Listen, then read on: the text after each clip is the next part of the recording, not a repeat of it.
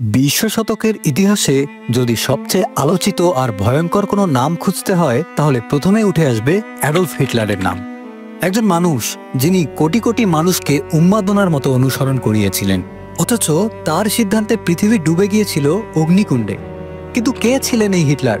কিভাবে এক সাধারণ যুবক জার্মানির ক্ষমতা দখল করে নিল, আর কিভাবে তার পতনের শেষ হলো ইতিহাসের সবচেয়ে রক্তক্ষয়ী অধ্যায় হিসেবে? 1889 সালের 20 এপ্রিল অস্ট্রিয়ার ব্রাউনাউ নামের ছোট্ট শহরে জন্ম হয়েছিল তার।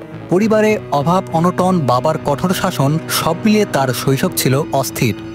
ছোটবেলায় স্বপ্ন দেখতেন একজন শিল্পী হওয়ার। ভিয়েনার ফাইন আর্টস স্কুলে আবেদন করেছিলেন একাধিকবার, কিন্তু প্রতিবারই তাকে ফিরিয়ে দেওয়া হয়।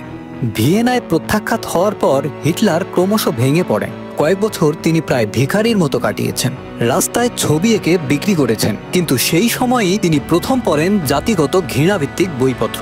তার মনে গেঁথে দেয় ইহুদি বিদ্বেষ। এরপর মিউনিখে গিয়ে তার এই ধারণা আরও পোক্ত হয়। প্রথম বিশ্বযুদ্ধ শুরু হলে হিটলার যোগ দেন জার্মান সেনাবাহিনীতে। সেখানে তিনি একজন সাহসী সৈনিক হিসেবে পরিচিতি পান।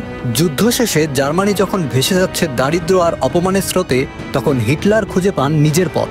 মানুষের রাগ, হতাশা আর দারিদ্র্যকে কাজে লাগিয়ে তিনি শুরু করেন রাজনৈতিক প্রচারণা। 1923 সালে তিনি প্রথমবার বিদ্রোহ করে ক্ষমতা দখলের চেষ্টা করেন, যা ইতিহাসে বিয়ার হল ফৌজ নামে পরিচিত। ব্যর্থ হওয়ায় তাকে জেলে যেতে হয়, কিন্তু সেই জেলখানায় বসেই তিনি লিখলেন মাইন কাম্ফ, একটি বই যা পরবর্তীতে নাৎসি মতবাদের মূল ভিত্তি হয়ে দাঁড়ায়।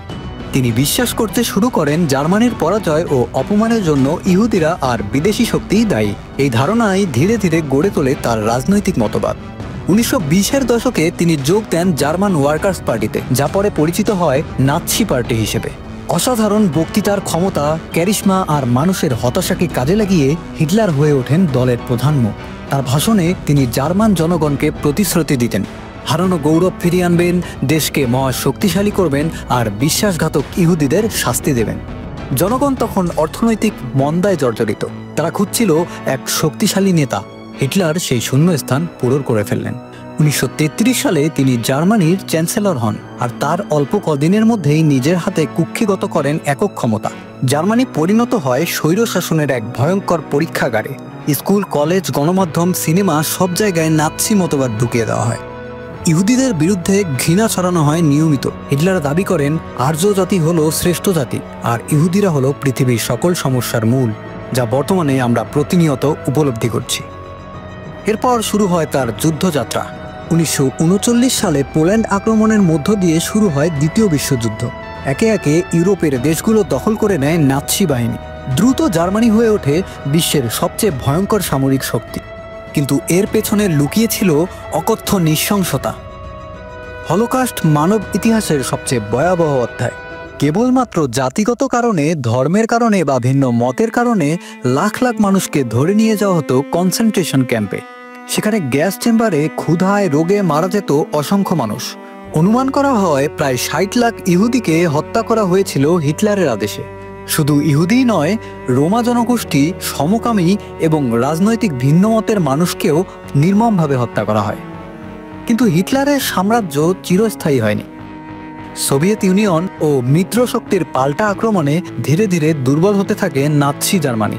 1945 সালে বার্লিন ঘিরে ফেলে রেড আর্মি। পরাজয় নিশ্চিত জেনে হিটলার 30 এপ্রিল নিজ বাংকারে আত্মহত্যা করেন।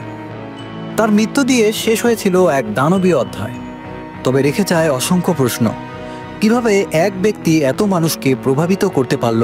কিভাবে সভ্যতা এত অন্ধকারে ডুবে গেল? হিটলারের এই গল্প আমাদের কি শেখায়? শেখায় যে একজন ম্যানিপুলেটিভ নেতা কিভাবে গোটা জাতিকে পথভ্রষ্ট করতে পারে। শেখায় যে ঘৃণা আর বিদ্বেষ কখনোই কোনো সমাধান নয়, কারণ those who don't learn from history are doomed to repeat it.